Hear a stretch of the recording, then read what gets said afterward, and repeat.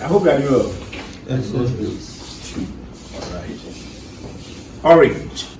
There is only one way to be certain that you are on your way to heaven, and that is through faith in Jesus. John Stange.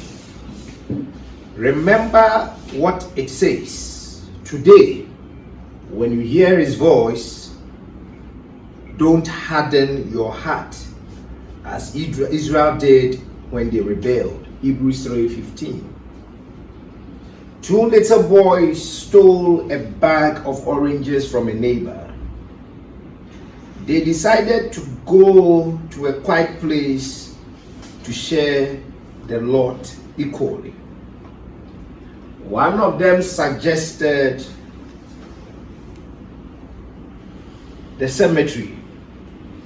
As they were jumping over the gate to enter the cemetery, 2 oranges fell out of the big bag, but they didn't bother to pick them since they had enough in the bag.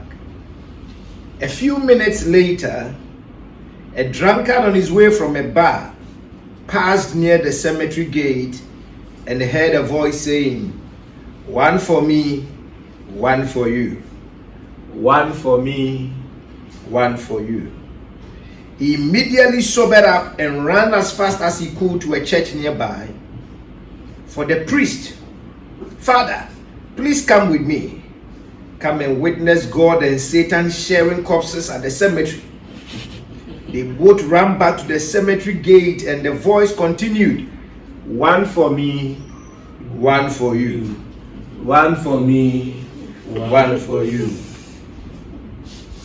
Suddenly, the voice stopped counting and said, "What about the 2 at the gate?" Now the priest was shaking and the drunkard was shaking. They didn't know who will be chosen over the other.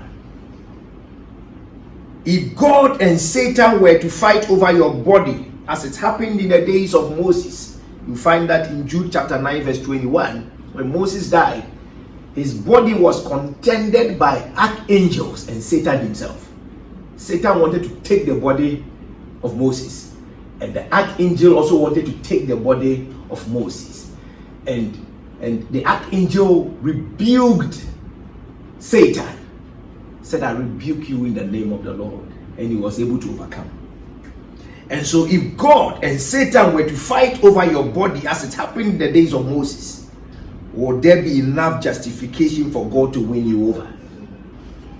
How prepared are you for the Lord's second coming?